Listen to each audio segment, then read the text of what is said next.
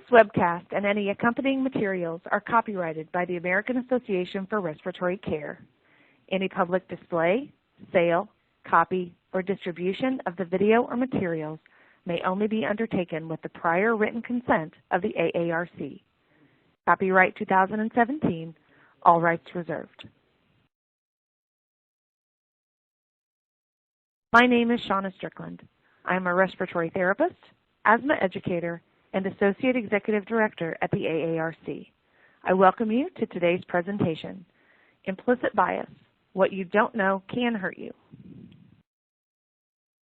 Upon completion of this AARC webcast, participants will be able to define implicit bias, recognize the difference between conscious and unconscious processing, discuss the effects of implicit bias on patient care and outcomes, and employ strategies to reduce implicit bias. I am pleased to welcome Dr. Crystal Dunlevy. Dr. Dunlevy is a registered respiratory therapist and clinical associate professor in the School of Health and Rehabilitation Sciences at The Ohio State University in Columbus, Ohio. Dr. Dunlevy's research focus is on healthcare disparities and community health. She is active with the AARC, currently serving as the Diversity Committee co-chair. Dr. Dunlevy has no relationships to disclose. I disclose I am a paid employee of the AARC. Brand names of products and or medications may be mentioned only as examples of technology.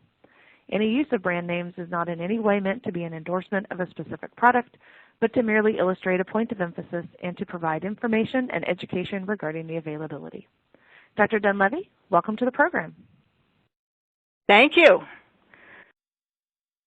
So I first want to just say I am excited that you're tuned into this because you may or may not know what you're going to get, and I want to say a couple things right off the bat, that we all have bias, right? And you have bias. We at Ohio State have some bias towards the team up north, whose name we refuse to mention. So if there are Michigan fans in the audience, right, you know about sport. Everybody knows about sports bias. Right? We have bias toward a certain team. We have bias toward certain foods. We have bias in our lives, and bias is not necessarily a bad thing. So it's not. We're not here to, condemn anyone for having bias. I'm not here, certainly not to shame you. But my goal in life today is to just increase your awareness about implicit bias and to, I don't know, give you some things to think about, some things to look out for. So first of all, implicit bias, what is it? It's an attitude, and it's a stereotype, certainly at least in part, that affects how I see the world around me, and it also affects how I act in the wide world. And implicit bias, we're all a product of our experiences and conditioning, right? And conditioning means, what did my parents say at the dinner table? What did people in my neighborhood tell me?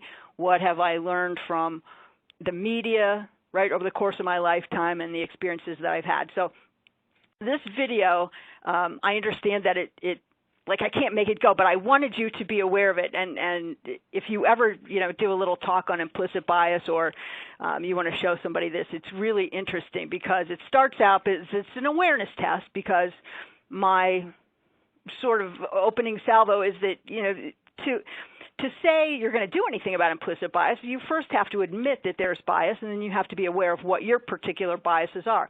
So it starts out, and you may have seen this, so indulge me if you've seen it, but there are two teams, a team in white and a team in black, and the announcer says, your goal is to watch and see how many passes the team in white makes. And so people are, intently focused on the team in white, and they make 13 passes, and people are patting themselves on the back if they get the right answer and everything. And then the guy says, but did you see the moonwalking bear? And the whole time that this team is passing the basketball around, a guy in a bear suit is moonwalking across the floor. And the point being, things go on, examples of implicit bias go on all the time, and we're not even aware of it. We don't even notice it because we're so busy focusing on, getting our treatments done today, or making sure we get the vent check finished, or going to a code. And I know you're busy people, and so other things take away the focus. And so the point is, you have to be aware of what your biases are. And so let's talk for a second about information processing. There's conscious processing and unconscious processing. And we can hold about 5 to 9 pieces of information in our conscious mind at once. And if any of you are old enough to remember when there were, like in your neighborhood, you knew someone's phone number, and it was 7 digits, right? Because now we don't know anybody's phone numbers, and there are 10 area codes for every city. But back in the day, we only had to know 7, and it's because of conscious processing and the fact that we can only hold 7 pieces of information in our minds at once. And so this will be important later as we go and we talk about, if you have, and you all have too much to do in too little time. And so if you're hurried, the tendency is to go to default thinking, or thinking a thing, whatever thing you think about a person, then that's what you're going to default to if you're busy. This is just a book that is pretty amazing, I think. It's called Thinking Fast and Slow, and it's Daniel Kahneman, and it's just about how we process information, and it's an interesting read, I think. So fast associations are things that we don't even have to think for 1 second about, right? And so fast associations are unconscious processing, which is probably what I should have said earlier on, but it's unconscious. We don't think a thing about it. When you stop at a traffic light, you don't take a moment to think, it's green, what shall I do? Unless you're texting. We hate the texters who don't move off the green light. But anyway, you don't think about it. The middle image, when you see that, what do you think? And I know all of you are saying coffee, we think of coffee, but there's nothing about that picture that says coffee, right? You only think of coffee because you've been conditioned to think that, right? Because none of it is going to be like mermaid. Of course you're thinking of coffee, right? And the guy, the clip art guy who is screaming, you don't have to take a second to think, I don't know if he's upset or not. What is going on? So those are fast associations, and again, you make those without spending a millisecond on it. Slow associations, unless you're, a math genius, you have to take a minute probably to figure out what 17 times 24 is.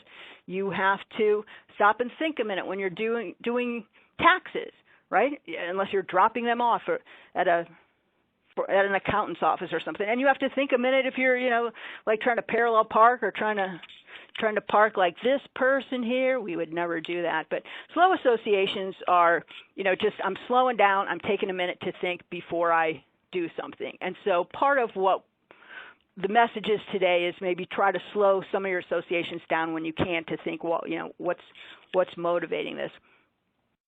This is another just reference that I'm going to make here.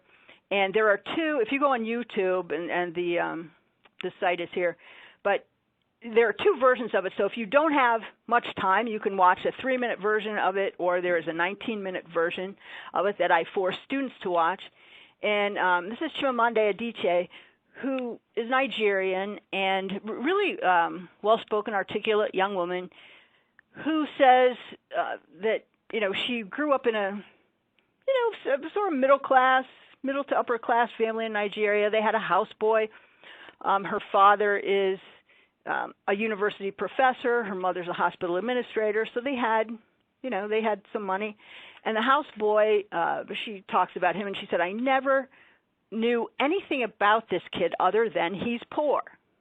And I was taught that in many ways. So sometimes they would say, eat your food because he's poor and would like to have that food, or by sending old clothes home with him for his family, or leftover food home with him. So she said, I have this single story of him. I'm thinking a thing. Who do you think a thing about? I think he's poor.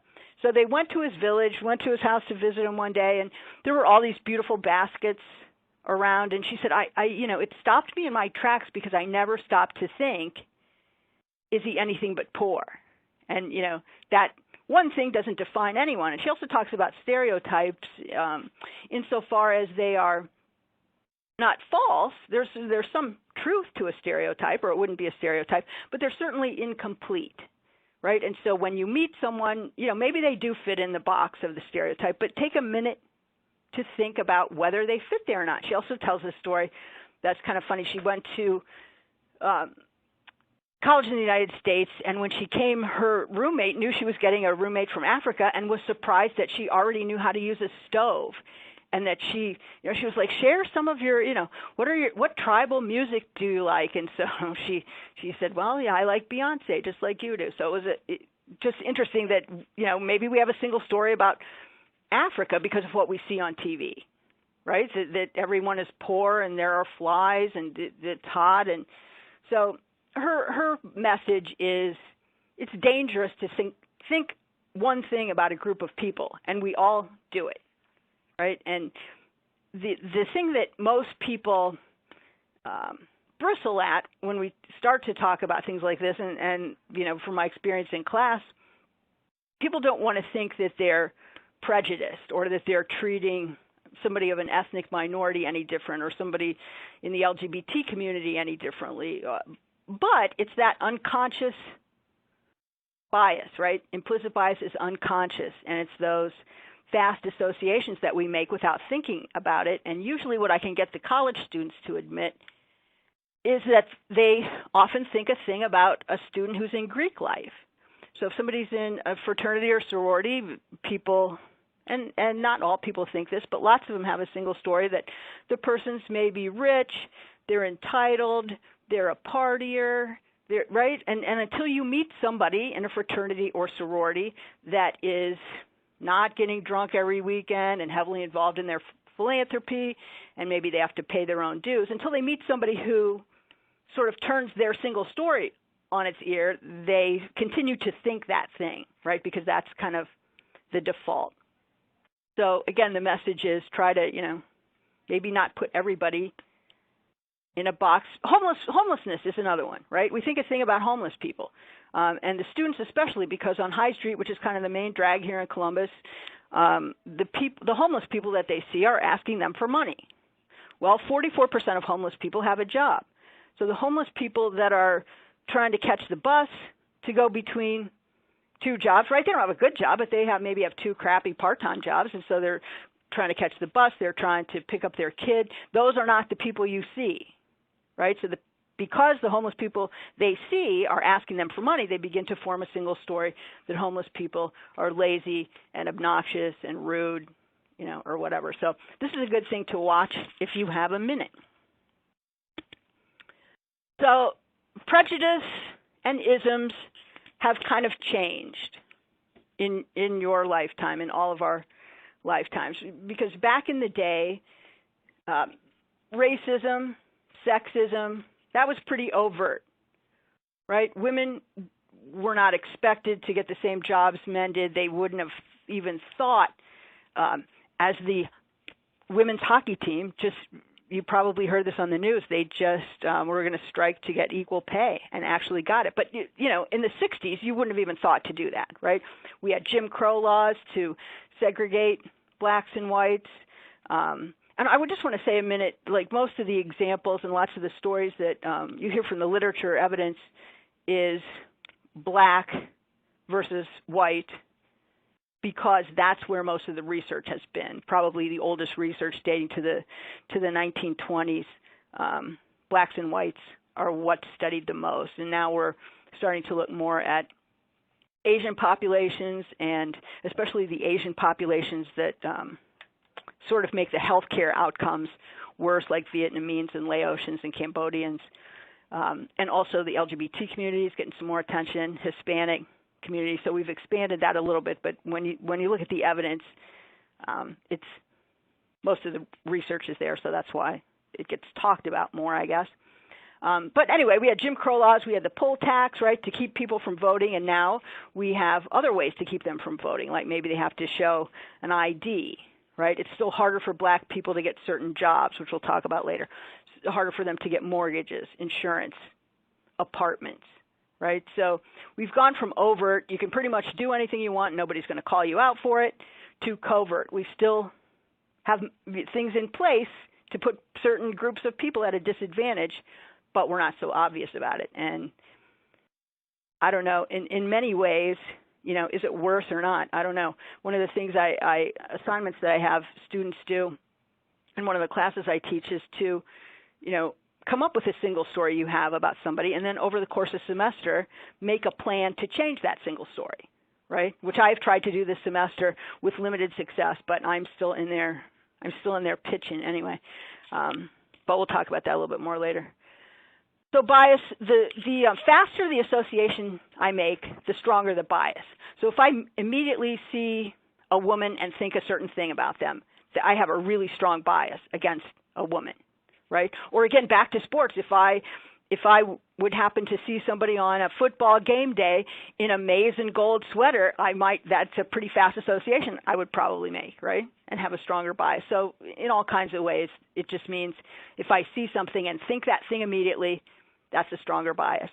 And the stronger the bias is, I don't have to take time and think, what should I be thinking? I just think it, right? And fewer matching errors just means when you're doing the implicit association test that I'll talk about in a second.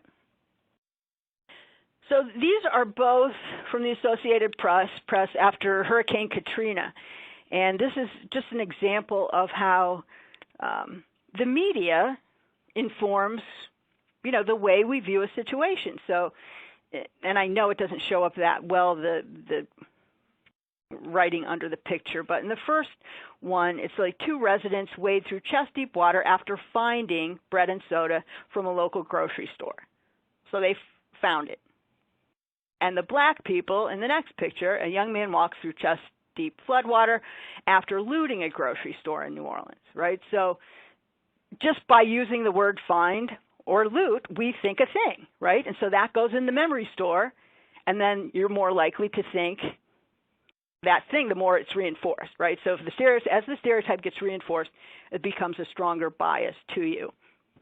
And I also want to throw out, we will only allow a group that's not the default group, and the default group is white, to be 2 fill in the blank, right? You don't want somebody to, the general society in general will only tolerate, a certain level. So we don't want somebody to be too black, and we don't want somebody to be too gay, or you don't want somebody to be too Mexican, or whatever it is. We want it to kind of look more like the default or the standard. And the perfect example of that is in the 1930s when they started to do these kind of blind audit studies.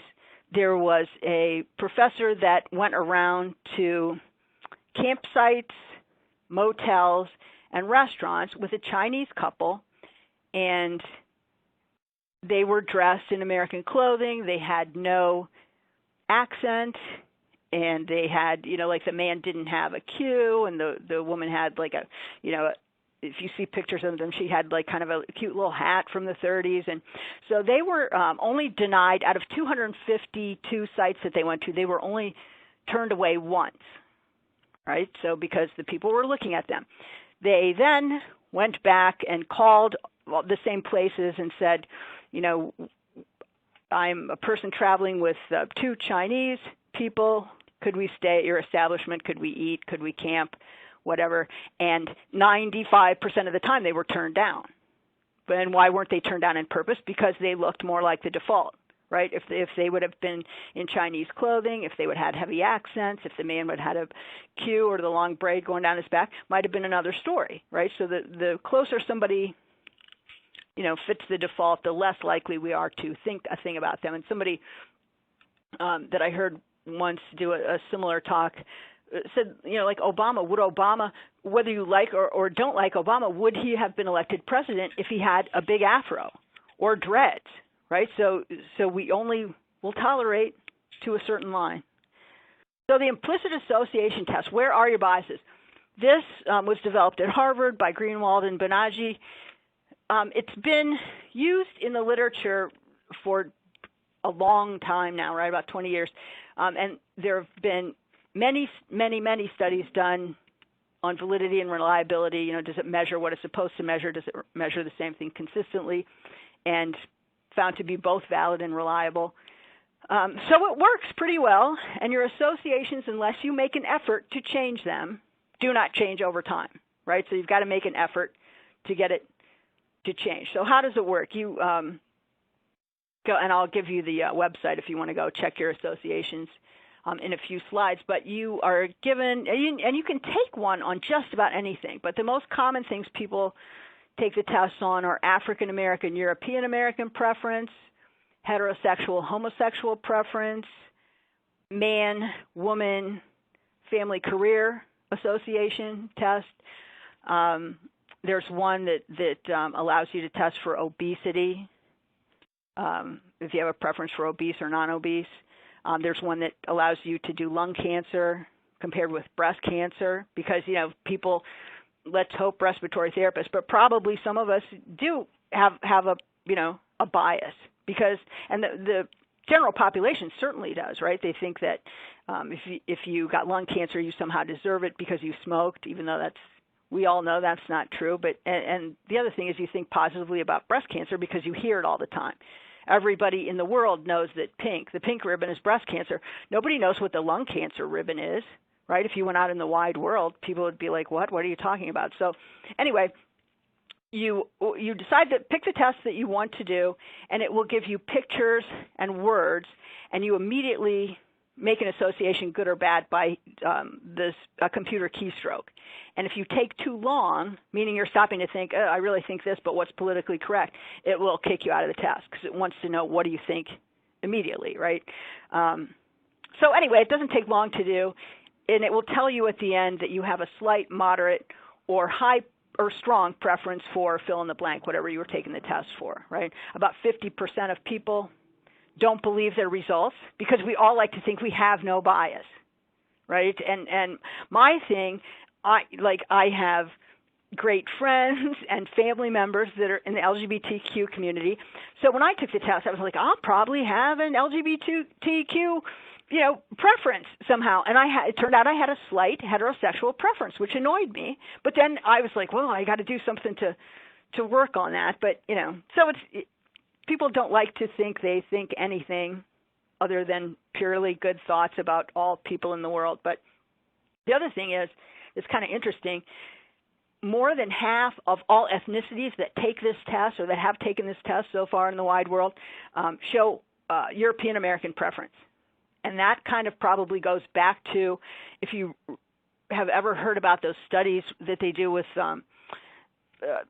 I think the average age is 6, but little white kids and little black kids that are asked which doll they prefer to play with, right? And this was done the first time in the late 30s. They used it in 1954, Brown versus Board of Education. And everybody wants to play with a white doll, even though when they said to the black kids, which doll is most like you?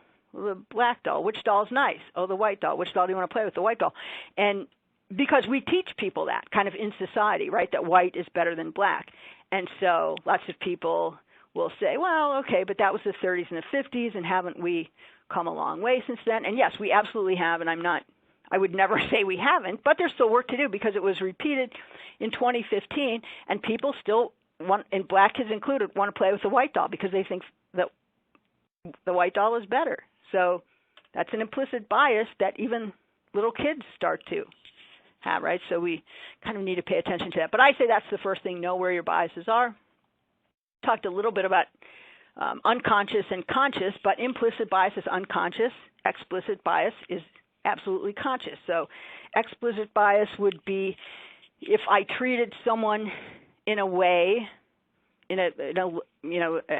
as other or as a lesser because I had a certain prejudice and I didn't care who knew it, right? Maybe I called somebody a racial slur or did something, derogatory to a woman, but so explicit is conscious. I absolutely know what I'm doing. And the difference, obviously the difference is conscious or unconscious, but another difference is few people, right, out of the wide world are going to exhibit explicit bias, right? Because if you exhibit explicit bias at work, you're going to get fired probably, right? And so people don't do that. But implicit bias, because we might not even realize it, is just kind of under the radar, and we're doing something even though we don't realize it. So, for example, if I go, ethnic minorities typically when they are surveyed about patient interactions will say that they do this also in, if you do retail and you're asking them about customer service, they will rate their associations or their experiences as less favorable than white people do. And it may be because of implicit bias.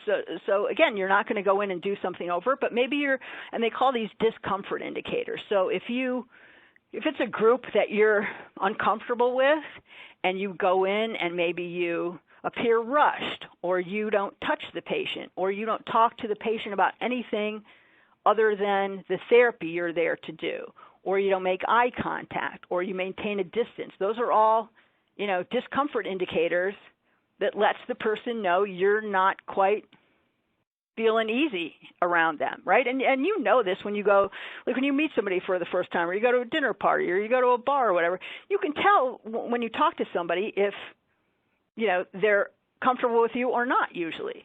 And you don't have to say anything. It has really little to do with what you say. And again, that's why they don't align, because you don't realize you're doing it. You're not aware you're doing it, right? And I have horrible, if you know me at all or have ever seen me, I suffer from the condition that some of you may have, the resting bitch face.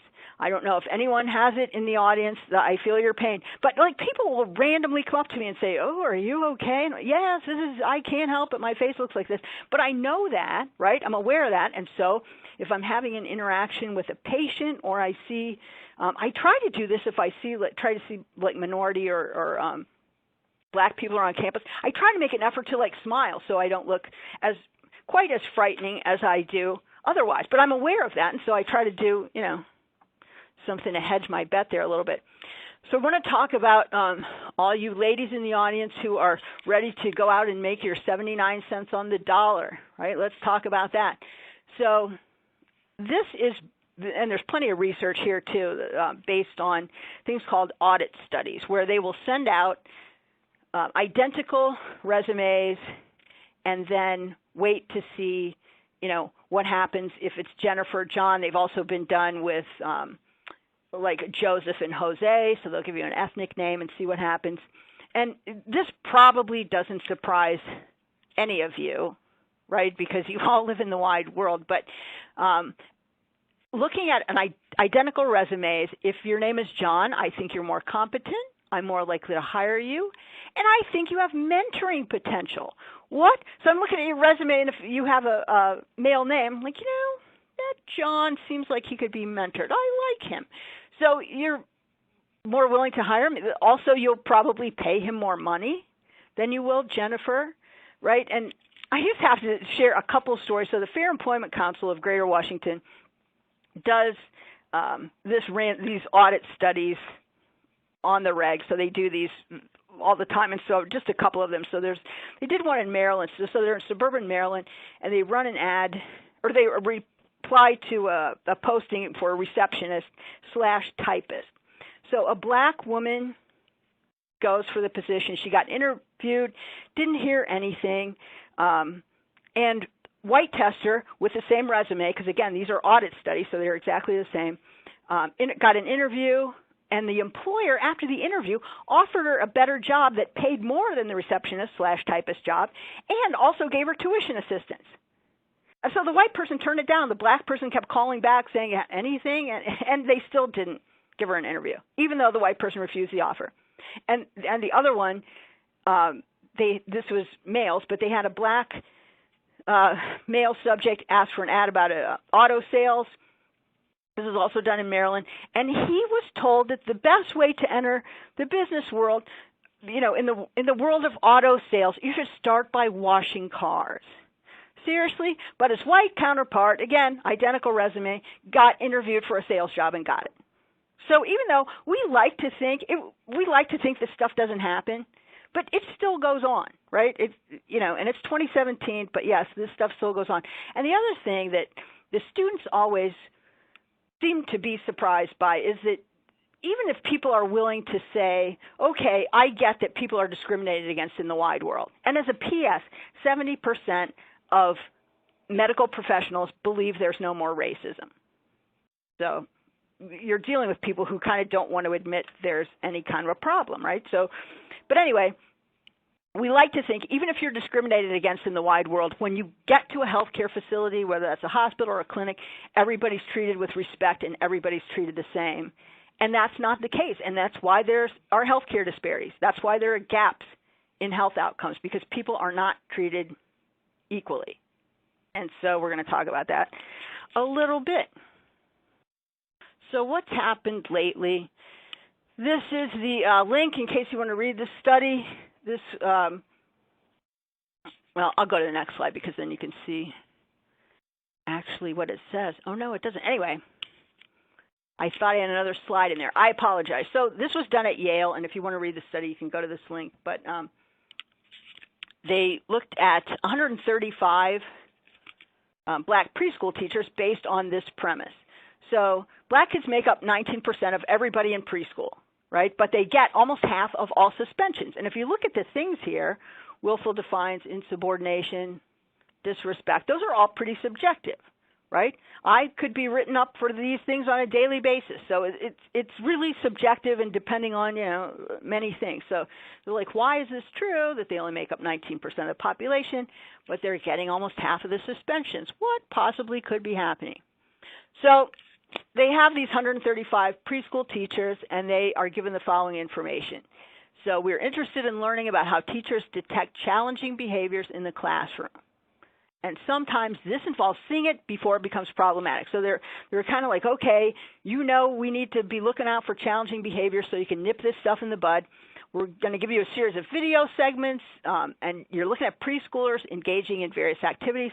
Some clips may or may not have challenging behaviors, but your job is to watch the videos and press enter every time you see a behavior that you feel is potentially challenging, that might end up as problematic behavior, which is straightforward enough, right? So the teachers do the study. None of the videos had any challenging behavior. So they're watching like preschool kids just play around, and there's never a challenging behavior.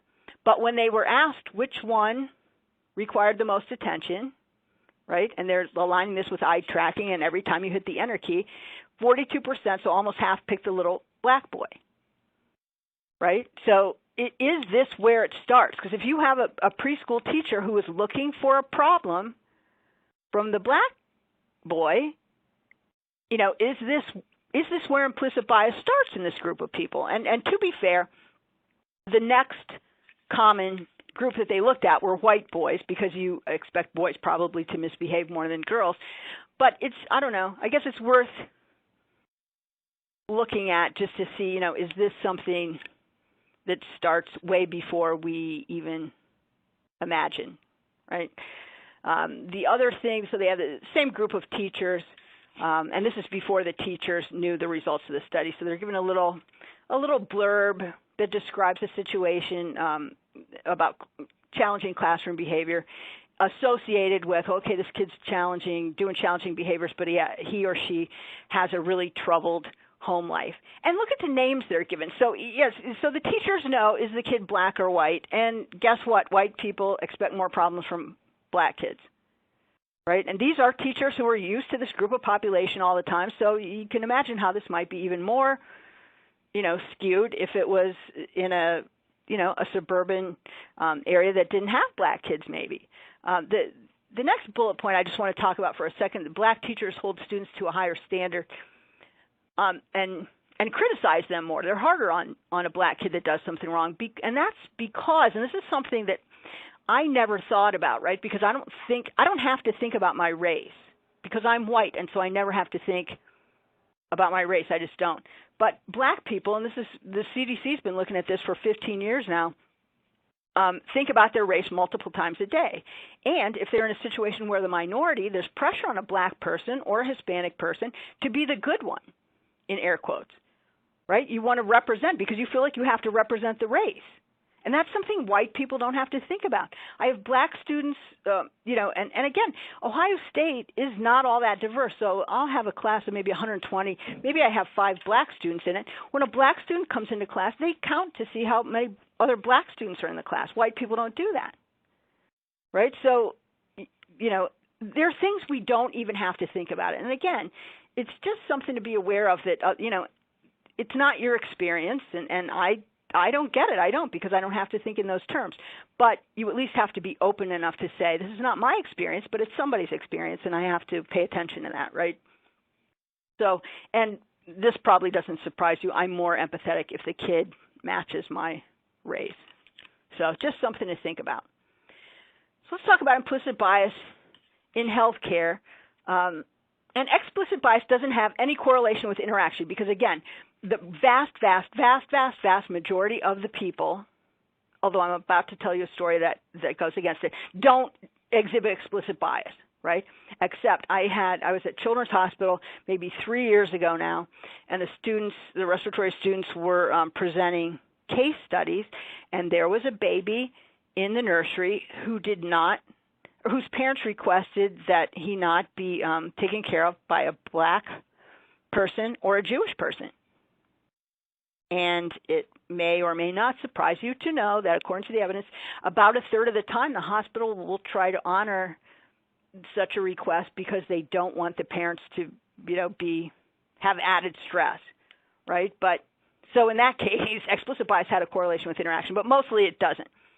But implicit bias has a high correlation with interaction. So again, those are those discomfort and comfort indicators that I talked about earlier. So if I think a thing, right, about black people or the LGBT community or women or Hispanics, if I think a thing and I go in the room, I'm going to use discomfort indicators, right? So again, just to list those real quick, I might not touch you. I might not talk to you about anything other than your therapy. I'm in a hurry. I'm not going to make eye contact. I'm going to make distance between us, maybe more than is necessary. So that implicit bias has a high correlation with interaction, which is a problem.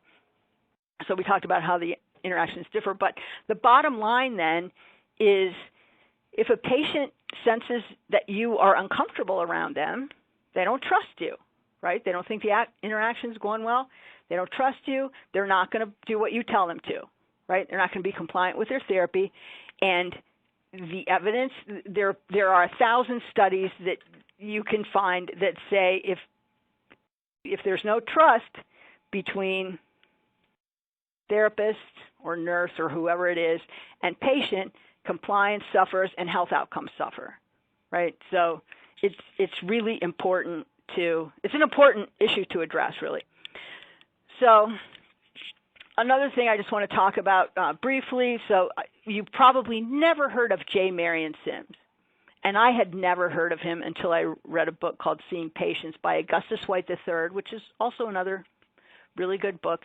But anyway, he was or is considered the father of gynecology.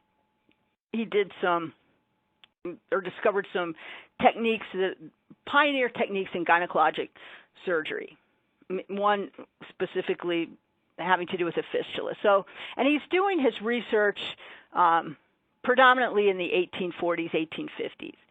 So the problem with J. Marion Sims is that he did surgery on slaves. So, and he didn't buy them specifically to do surgery, but he would just use people in the neighborhood that had somebody with a particular problem he wanted to look at, a slave, then he would do surgery on them. So I'm sure you were all gasping or making a face, and I hope you are. But it gets worse. So the thing he did that was, as if that's not bad enough, he didn't anesthetize these women. And the reason he didn't anesthetize them was because he believed that, as many people of his time, that blacks do not feel pain at the same level that whites do. So they didn't get anesthesia. And, I am right on the bandwagon to condemn this man, as you all are, and we're right to do that.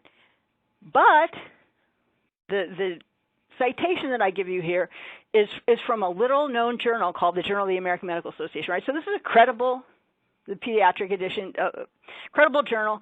This involved almost 1 million kids, and their pain med distribution has been studied a lot, right? And it's been studied a lot in adults.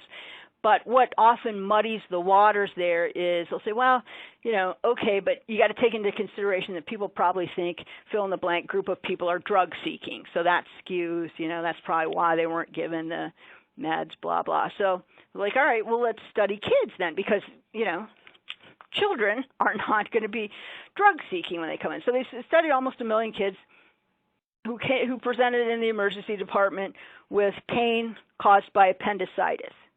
And so what did they find out? They found out that black kids were less likely to get pain meds of any kind than white kids, and that's for mild and moderate pain.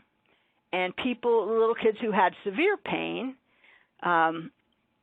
black kids were significantly less likely, 12% of them as opposed to 35% of white kids, less likely to get opioids. So if you have severe pain, you're going to get Advil.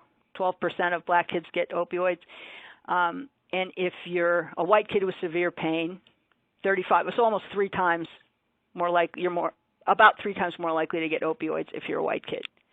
Which, and again, I don't mean to say we haven't come a long way, but we have work to do, right? Because there was and if you go to this, and I hope you go read the article, because this is a thing we should all be talking about. There's an accompanying editorial with this article that says the only reason for this is implicit bias. There's absolutely no other reason for it. There's no reason for this. It has to be because of implicit bias, right? And if you think about it, that's true, because they're kids. So we have work to do, I guess. But the good news is that your associations can be changed. So, but you have to make an effort, right? So I think the first thing to do is check your awareness. Here's the website. Go and see where your biases are. And don't be one of those people that's like, well, man, there's something wrong with that test because I love everyone. I treat everyone the same. Well, I'm sure you do, but still we have a preference, I like bared my soul to you about my preference, which is the first step is to, see what it is. And then change it. Right? So the first thing toward changing it, you got to know when you're most susceptible to again, falling back on those default feelings, right, or those default biases. So, and this is you every day, right, except for the last one. This is you every day at work, right, because you're all busy people. You often treat people that you have either ambiguous or incomplete information, especially if you're working in the emergency department. You got time limitations. Yes, you do. You have a high cognitive load, right? You have you got to think to do your job. You're often tired, right? Maybe you worked a 10 or a 12 and you're tired. And then the last one, I guess, is a note from Captain Obvious. If you believe you're completely objective, then you're going to mess up, right? Because nobody's completely objective. So, but I feel like, lots of us are in those sorts of environments so that it's easy to fall back on the default. So practice empathy. And I know people argue with me all the time that you can't teach someone empathy, and I agree, you probably can. But you can teach somebody how to pretend to be empathetic, right? And I always go back to, if you've seen the TV series Dexter, right? I mean, he's a serial killer. He doesn't know what empathy is, but he knows how to act because he watches other people, right? So people can practice empathy. And my students do an exercise called Fear in a Hat, and I have this old top hat, and they have to draw, and it can't be something like, oh, I'm afraid of spiders. It has to be like a fear you have of a situation or whatever. And then they practice empathy, like in one line, because people just want to feel like they're heard, not to sound too much like Oprah, but people want to feel heard and that you're listening to them. And, so all you have to say is, oh, I'm sure that's hard for you, or I can't imagine what that must be like. So that, there are ways to practice that and really be conscious to be like, what is making this person behave in this way, or what must have their experience have been that is making them be so crabby or fight me, about the treatment or whatever it is. But try to take a second to think what brought that person to this point, and then, say some of your lines.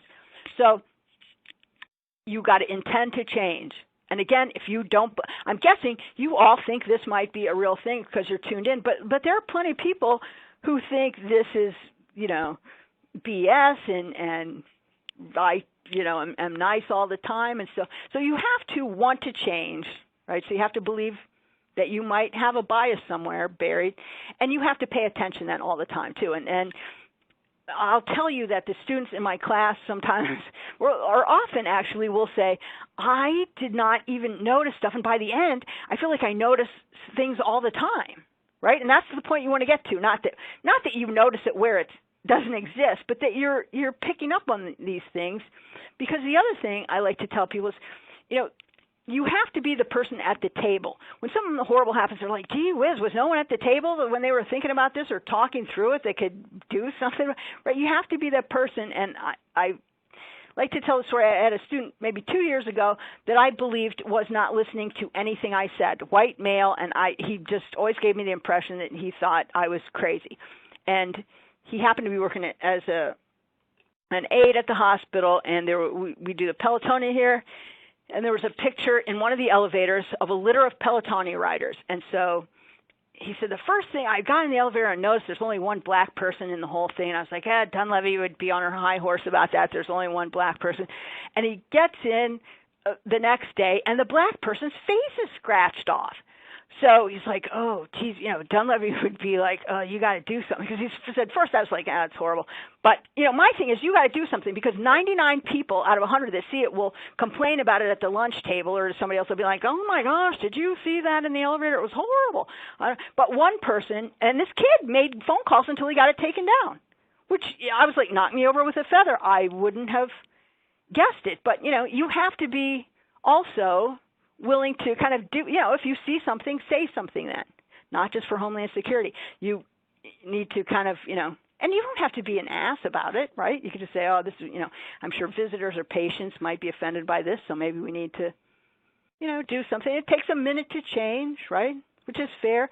A couple other things I want to throw out before I open it up for questions is, too, people have done things like, because there's not a blueprint, right, for do these 10 things and then you will change your implicit bias. But some things that have worked for people is to be out of your comfort zone, right? Go eat lunch with different people, right? If you eat lunch with the same people all the time, try to meet somebody else that's outside your group, right? So maybe you learn something else.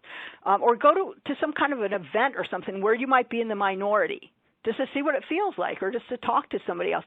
And the thing I did, because I'm a coward, when I was first, doing this probably 20 years ago, I went to church because I was like, I'm going to go to a black church because the church is safe and no one will do something to me if I'm in the minority, right? It's a safe place to go and talk to people. Because I wasn't going to start out, talking to hookers on the south side or something. But I started small. But go to something, meet some other person that you might never approach to see if there's a different piece to them.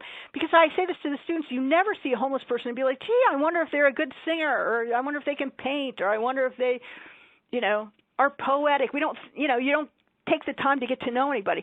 The other thing somebody did that I thought was kind of interesting, and a student did this a few years ago, they made their screensaver out of a whole bunch, and this was a male, a white male, a bunch of women that they thought were strong, including their mother. All the mothers in the audience will like this story. So that when they saw that every day, when they saw the screensaver, their association was strength and women, which I thought was good, another thing to do. But, you can change your association, but you have to put in a little work, is all that is. So let's do the questions. Or if you don't have a question, if you have like a good story or something that you feel like you want to say, I would love to hear from you too in the last 9-ish minutes that we have here. Thank you so much, Dr. Dunlevy. I will tell everyone that Dr. Dunlevy presented a version of this at AARC Summer Forum last year and again at AARC Congress 2016 in San Antonio, and always fabulous. I love this session. So one of the questions that we have is about interacting with other people. So what do you say to someone who says, well, I was raised right. I have no bias. I treat everybody exactly the same. How do you engage in that conversation? I guess if somebody said that to me, I would sort of go back to, we all like to think that, but like I would use an example from my own life. Like I told you guys my preference for the heterosexual, homosexual preference. Or you can say, well, we have a bias. Which sports team do you like? You have a bias there, right? We think a thing about people, and there's nothing wrong with it, right? We have to get away, too, from thinking, because if you're going down an alley at night, women don't walk at night by yourself, but pretend you were, and there was a man like with a hoodie on or something, you probably would be a little bit scared, and you'd probably be right to be scared, right? Because you don't know what's going to happen. So it's not, I think we have to kind of get away from or make people realize that, look, I'm not trying to shame you. I'm just trying to make you be a little bit better, right? Because we do treat people in a different way. And even if you're not willing to admit that you do, you're at least willing to admit other people do. So maybe you could intervene, like the kid with the poster, right? So if you see something, you could help other people. So I don't know. I kind of would rely on my own bias to say, yeah, we all have a bias, and it's not, bias isn't inherently wrong. It can be, but just bias by itself doesn't, And yes, and again, it's not to shame people into saying you're a bigot or you're a racist or a sexist or whatever. That's not at all the intent of it. So I think sometimes then maybe you just need to explain to somebody, look, that's not the point, to defend yourself. I think one of our attendees has a really good example of how that bias might, how we might not think about these things. Dale writes that at their facility they called their computer on wheels, where they chart, cows, and an obese, COW, cows. An obese patient overheard someone asking where the cow was and complained, and that comment offended her. And then Susan piped in and said that's why they now call them WOWs, WOWS. Yeah. And I do think, yes, I do think we do have to be vigilant about that kind of stuff too, because we've all done that too. We have all done something where we're like, oh my gosh, I didn't even realize how that sounded. So yeah, you kind of have to be careful, but that's a great example of that. Yeah, wows, I like wow. I want to pull us back to the article you discussed with us about the children and pain medications. We've had a couple of questions about that. One of the questions is, was there any indication in the manuscript about whether or not parental influence had anything to do with whether or not the children got those pain medications? They did not look at that. So that was a variable that it is not addressed at all in the study, and that's a decent point because white people are probably more likely to demand something else because, again, they're used to demanding things and having someone honor their demand. So that may very well have been a factor in it, and that is a thing. That's a good point because they didn't look at it or take it into account. But I totally get that. So when you think about, thinking a thing about somebody, and we think about this demographic of children, white children and black children, one of the things that people think is that black children may not have insurance like white children. And so might the demographic of that study have been influenced about whether or not the patient had insurance? They did look at insurance. They did correct for insurance because this was a multi-center trial, and they did correct for insurance, yes. But again, it's more, and back to, the point about that we would make that assumption, right? That's implicit bias, that we make the assumption that they don't have insurance. That's also implicit bias, and it's also implicit bias that the white mother is going to be nudgier than the black mother, maybe. Right. So, because, I say this 1,000 times too. Like, if I was a man, people would be like, I love to deal with him because he's so direct. And people often don't like me because they'll say I'm aggressive. And if I was black, then I would be the angry black woman, right? Or the loud black woman. And so I think, if you take anybody and put them in a different package, things might work out differently as far as how, people view you.